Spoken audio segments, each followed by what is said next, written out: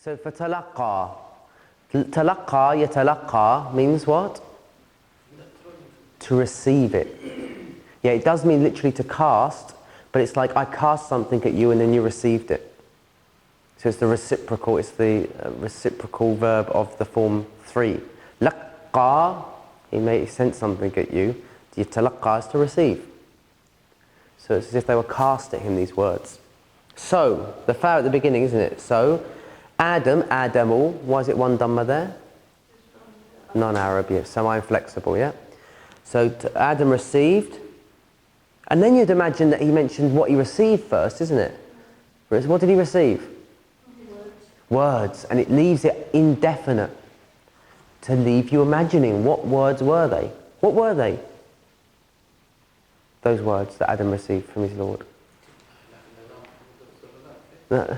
There's loads of, there's nothing definitive about this. The strongest one is رَبَّنَا ظَلَمْنَا أَنفُسِنَا وَإِن لَمْ تَغْفِرْ لَنَا وَتَرْحَمْنَا لَنَكُونَنَّ مِنَ الْخَاسِرِينَ. So we don't know what those words, Allah wants you to think what are those.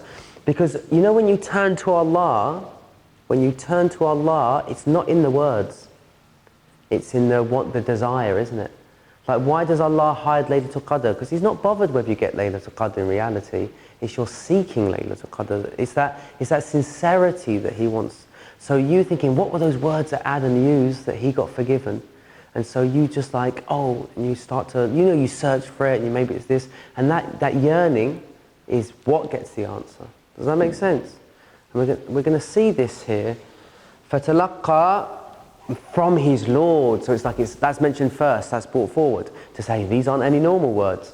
So first of all, Adam received from his Lord. What is it? Words. So it creates this anticipation and dramatic impact.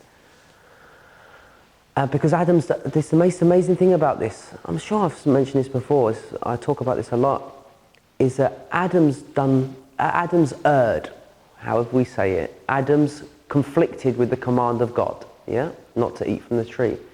And now he's in a state where he has a severed relationship with God, yeah? And if you've never know how to apologize, you just sit there frozen, don't you? Have you ever been in that situation when you've upset your wife and she's just going at you and you just don't know what to say, so you just go...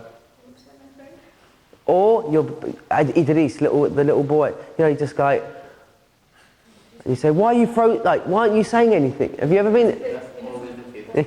Yeah. It's called a freeze response. It's meaning basically they feel startled and they don't know what to do. And so this is what happened to Adam. And you can imagine, because he's never done anything like this before, you don't know what to do. So this is what's so amazing. Allah says, you want to connect back to me? I'm going to give you the words to say to me. So that's like when Tasneem's upset Sonia or Idris is upset one of you two, you say, Idris, Buddha, this is how, you're going to say these words and these will touch me, and then I'll forgive you. Yeah. And another analogy I give is, say a guy wants to wed a woman and he's scared he's going to muck it up, so she writes him all the right lines to say, and there she is on the balcony like Rapunzel with her hair down, and he's like, where? And then he's reading off her lines and she goes, oh, you've touched me. And then he says, yeah, I knew it. And then she said, hang on a minute, don't get all big-headed, because I was the one that gave you the words in the first place. So that's how Allah works with us. We don't know how to address Allah, so He gives us the Fatiha, doesn't He? It's like, it's crazy if you think about it. We're addressing Him with His words to praise Him. And it's the same situation here. Adam's frozen, doesn't know what to do. Oh my God. So Allah gives him if you want to return to me, these are the words. And then He doesn't mention here what he did. It just says, then Allah turned over him. That's literally what it means. Okay, that's where your confusion was, wasn't it, Sonia? So, فَتَابَ عَلَيْهِ. That means Allah. Allah's a subject here. Now, taba, what's taba mean? Return. Yeah, return, good. It means to return literally over him. Like a mother would return to its child over, like protectively. The ala here is protectiveness. It's really hard to translate that. So, what's the point I'm making here is that Allah doesn't mention that Adam actually used the words, does He? He just says he received words, and then Allah turned over him, returned back to him and over him. Yeah, like with protection. So what we call that fa, you see that fa there, fataba alay? This is what we call fa al-fasiha in Arabic. It emits, it's a fa that alludes to something but doesn't mention it, so that the listener thinks that it's already happened, it definitely happened. Like, and that implies that Adam didn't even hesitate to use those words. As soon as he used those words, it was so obvious that he used them, we're not even going to mention it. And we're going to move. You know, imagine a scene, look, here's a scene, someone's just like, oh my God, I've done such wrong. And then the next minute, they're lovers in their arms and they're made up. You realise from that, the information between them. And it implies that he did it without hesitation. Does that make sense? It's really beautiful. But what's even more beautiful is the next verse. Is where Allah says, after this is in Surah Baqarah, He says, فَهْبِطُوا مِنْهَا جَمِيعًا. He says, now you out, all out of the garden. And you think, hang on a minute, you've been forgiven? No, it's all cushy now, isn't it? You know, we stay in the garden, Allah's forgiven us, but Allah says, no, go down now. So what Allah's stressing here is that there's a difference, there's a separation between forgiveness and repercussion. So I could say to my child, I've forgiven you, but you're still grounded for 2 weeks. You say, well, you haven't forgiven me then. Yes, I have. There's no hard feelings in my heart whatsoever for you, but you need to experience some sort of repercussions of, you know. And people really struggle to understand that, don't they? Like say, I love you and I forgive you, but you're still going to have to go, you know, experience a bit of hardship, so that they know what's been done wrong. And Yusuf does that to his brothers. He could have forgiven them straight away, couldn't he?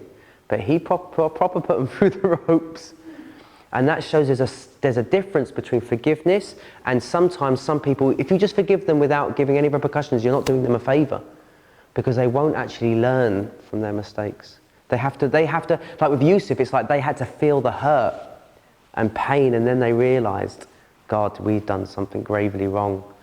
Does that make sense? So this whole concept of forgiveness, is hugely understood in the Muslim community, I think. Misunderstood, sorry. Is that we have to reassess what forgiveness is. Now, what you've got to learn about forgiveness, a very powerful one that I use, is that when someone feels hurt by you, they feel like they've been wounded. Yeah?